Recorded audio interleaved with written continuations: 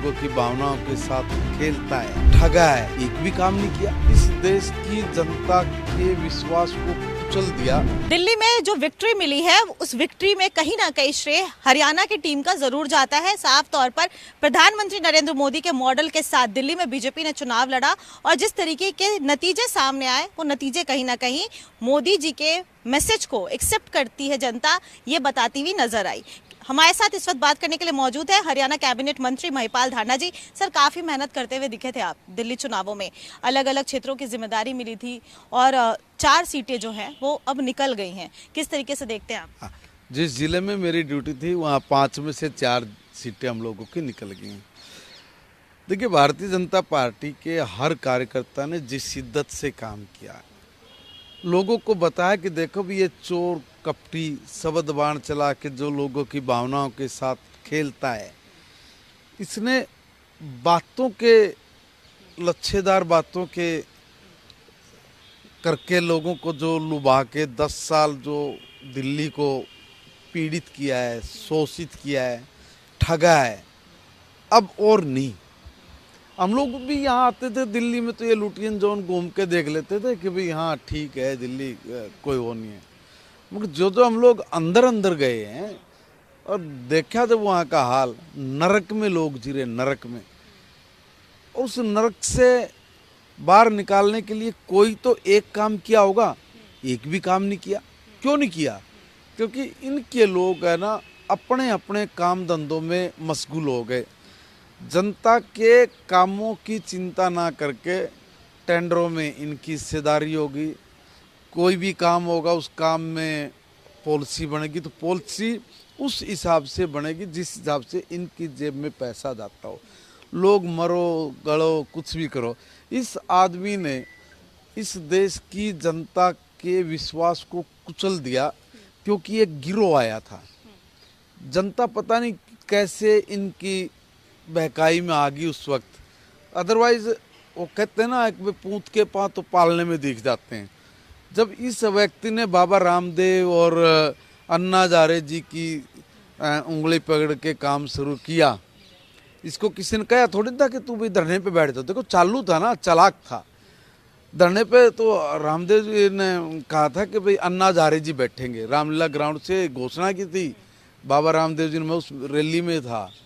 कहा कि भाई ये बैठेंगे और एक एक्टिविस्ट है इनके साथ वो भी है साथ में, मगर उनको बिठाने के लिए नहीं, सिर्फ अन्ना हजारे जी को बिठाया, जबरदस्ती बैठ गया और बैठ के और इसने काम शुरू कर दिया। इसको किसी ने कहा था बैठने के लिए, मगर बैठ गया तो कोई बात नहीं।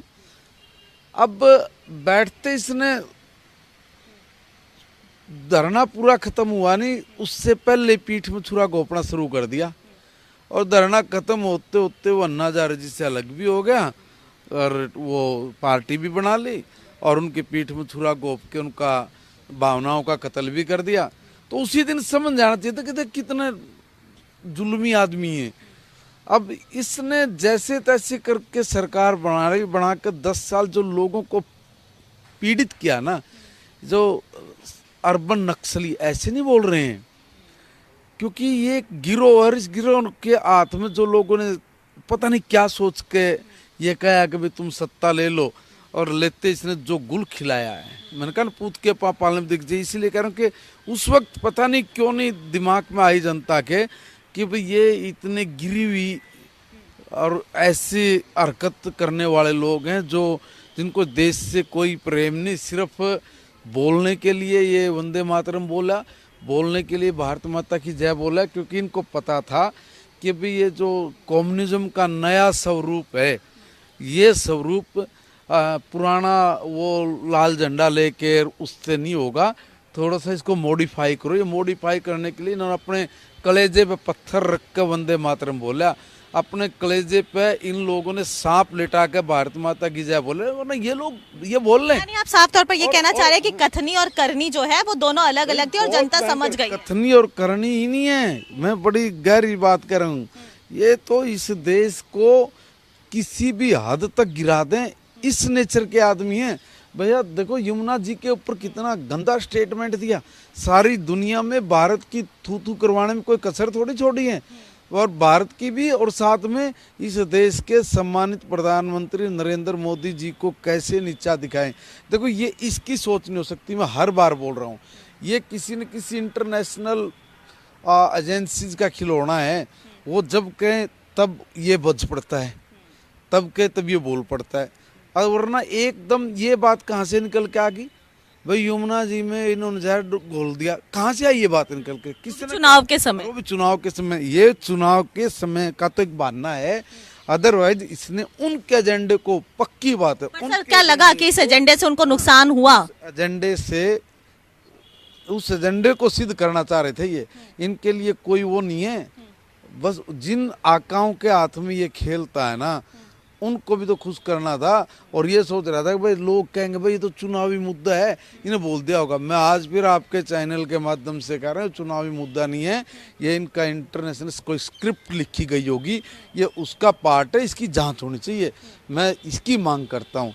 और इसने क्योंकि करोड़ों लोग यहाँ पे रहते हैं, सारी दुनिया के लाखों लोग तो रहते होंगे, तो उन एक बात बताना भाई, उन लोगों का जब ये न्यूज़ पढ़ी होगी, उनके घर के लोगों ने सुनी होगी, तो कहते होंगे भाई तुम छोड़ के आ जाओ कि भाई कोई भारत में एक स्टेट हरियाणा है, उसकी सरकार ने या उसके लोगों ने, हरियाणा के लोगों ने यमुना जी में जहर डाल दिया और वो दिल्ली के लोगों को मार रहे हैं। तो ये तो यही कर रहा है ना, तो कितना घोर अनर्थ वाला काम किया इस आदमी ने।